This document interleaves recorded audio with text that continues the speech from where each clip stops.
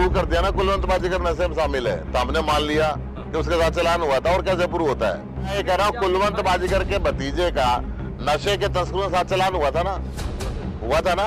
इस बात को मानते हो? गाड़ी इसकी 2 महीने खड़ी रही, वो भी मान लेना, इंक्वायरी कर लेना। जब ये बीजेपी के विधायक खुद नशे के अंदर कारोबार में शामिल है, तो इसका मतलब सरकार का संरक्षण है। 2% बीजेपी नशे के कारोबार में शामिल है, अन्यथा हरियाणा के हर जिले में नशा नहीं फैल सकता। कभी चिट्टे का नाम नहीं सुना था हरियाणा में। हरियाणा में कोकीन, चरस, अफीम का नशा होता नहीं था। ये संरक्षण है, सरकार के संरक्षण के बिना नशे का कारोबार नहीं हो सकता। और अनेकों किस्म के नशे फैल रहे हैं। नौजवान बच्चों की मौत हो रही है ओवरडोज नशे की वजह से। और नशे के अंदर यहाँ के लोग कहते हैं कि यहाँ का जो विधायक है कुलवंत बाजीगर, वो खुद नशा बेचता है। आज नशे की वजह से इस पूरा गुलाछिका हल्के का और पूरे हरियाणा का नौजवान नशे में तबाह होता जा रहा है। मैं कुलवंत बाजीगर जी से पूछना चाहता हूं आपके चैनल के माध्यम से, 15 दिन उसकी गाड़ी डीसी ऑफिस में खड़ी रही नशा बेचने के कारण। लोग कह रहे हैं क्यों खड़ी रही थी?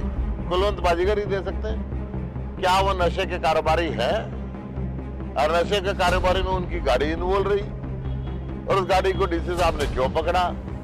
अगर नहीं पकड़ा, नहीं नशा था, तो 2 महीने क्यों खड़ी रही वो डीसी ऑफिस में? इस बात का जवाब वो थे कि इनकी गाड़ी के अंदर नशा फेंका जाता था। वहां पे रिपोर्ट आई, वो गाड़ी डीसी ने रोक के रखी और फिर वो गाड़ी रिलीज हो गई। कुलवंत बाजीगर इनका विधायक तो रहे, हाँ जो भी है तो बीजेपी के। मुख्यमंत्री के प्रोग्राम में यहाँ पे जो नवीन जिंदल चुनाव लड़ रहे हैं, कल मेरे पास वीडियो भेजी थी किसी ने, 15 आदमी थे कुल, और बाकी सारी कुर्सियां खाली थी। नशा यहाँ पे घर घर के अंदर फैल रहा है और अनेकों किस्म के नशे फैल रहे हैं। नौजवान बच्चों की मौत हो रही है ओवरडोज नशे की वजह से। और नशे के अंदर यहाँ के लोग कहते हैं कि यहाँ का जो विधायक है कुलवंत बाजीगर, वो खुद नशा बेचता है। मैं कुलवंत बाजीगर जी से पूछना चाहता हूं आपके चैनल के माध्यम से, 15 दिन उसकी गाड़ी डीसी ऑफिस में खड़ी रही नशा बेचने के कारण। लोग कह रहे हैं क्यों खड़ी रही थी?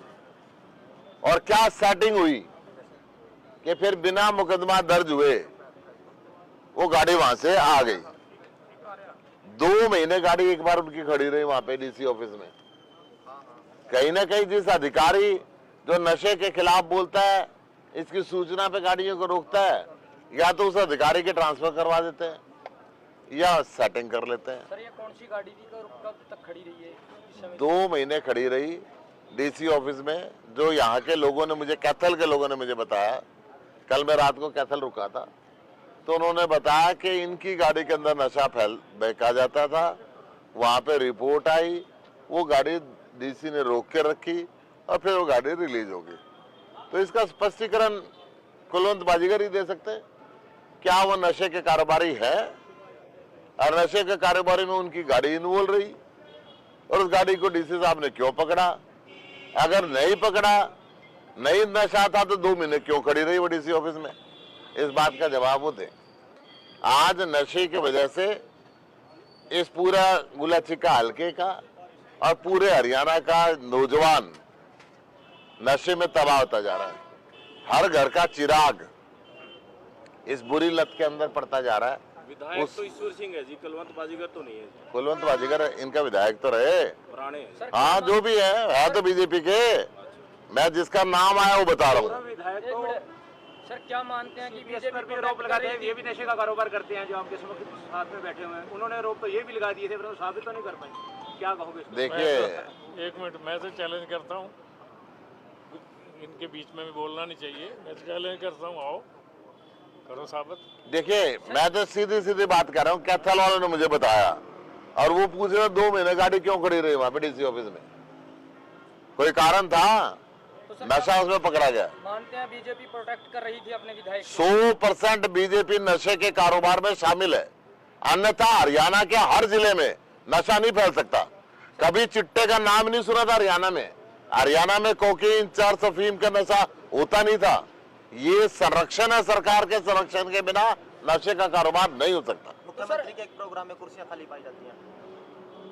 मुख्यमंत्री के प्रोग्राम में यहाँ पे जो नवीन जिंदल चुनाव लड़ रहे हैं, कल मेरे पास वीडियो भेजी थी किसी ने, 15 आदमी थे कुल और बाकी सारी कुर्सियां खाली थी।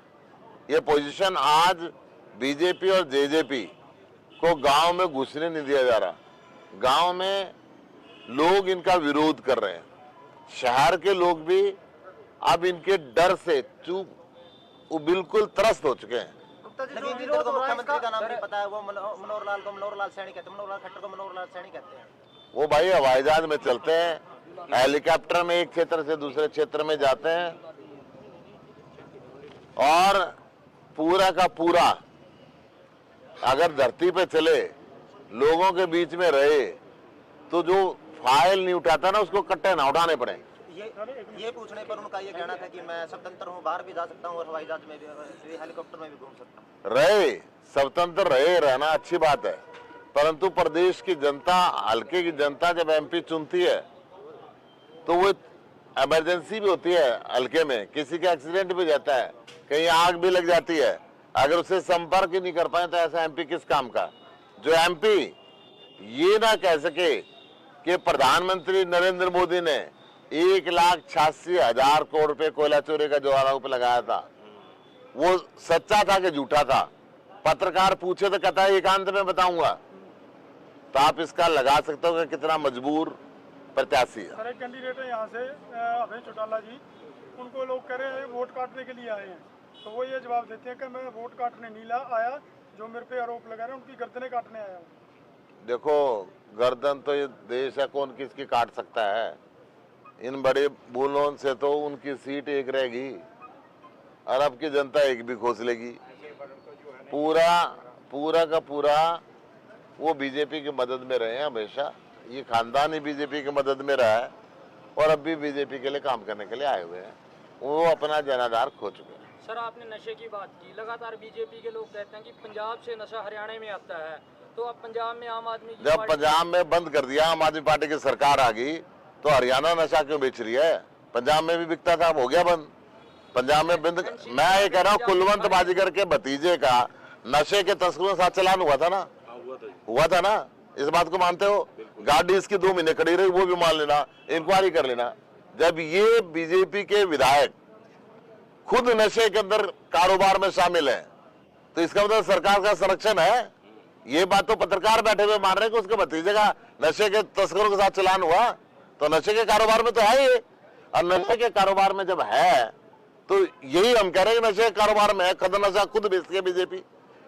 हरियाणा के जवान को तबाह करने की जिम्मेदारी बीजेपी की है। हरियाणा के जवान को इजराइल भेज के मरवाने की जिम्मेदारी बीजेपी की है। हरियाणा के जवान को बिना ब्याह के बूढ़ा कर देने की जिम्मेदारी बीजेपी की है। आज ये नौकरी दे देते तो शादी हो जाती, रांडों की वो निभानी पड़ती टेंशन। सर, आप नवीन जिंदल को ड्रामा करार दे रहे हैं कि गोली उठा रहे हैं, वो आपको ड्रामा करार दे रहे हैं कि गेहूं काट रहे हैं। आज से पहले कहाँ थे आप? आज से पहले गेहूं नहीं काट। मैं सुन, जितनी वीडियो का दिखा दूंगा। जब बाढ़ आई थी तो मैं आगे गलियों में घूम रहा था, जब कोरोना आया तो मैं ऑक्सीजन के अंदर खोल रहा था, मेरे मोबाइल में अभी दे दूंगा मैं आपको। मैं नवीन जिंदल से चैलेंज कर रहा हूँ, 10 साल के अंदर एक भी दिन आया हो तो मुझे बता दे।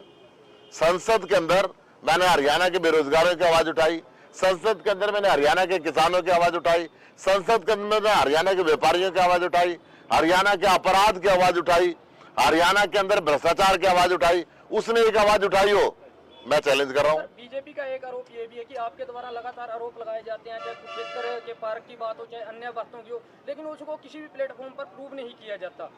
अब प्रूव कर दिया ना, कुलवंत बाजीगर नशे में शामिल है, तो हमने मान लिया कि उसके साथ चलान हुआ था। और कैसे प्रूव होता है बताओ?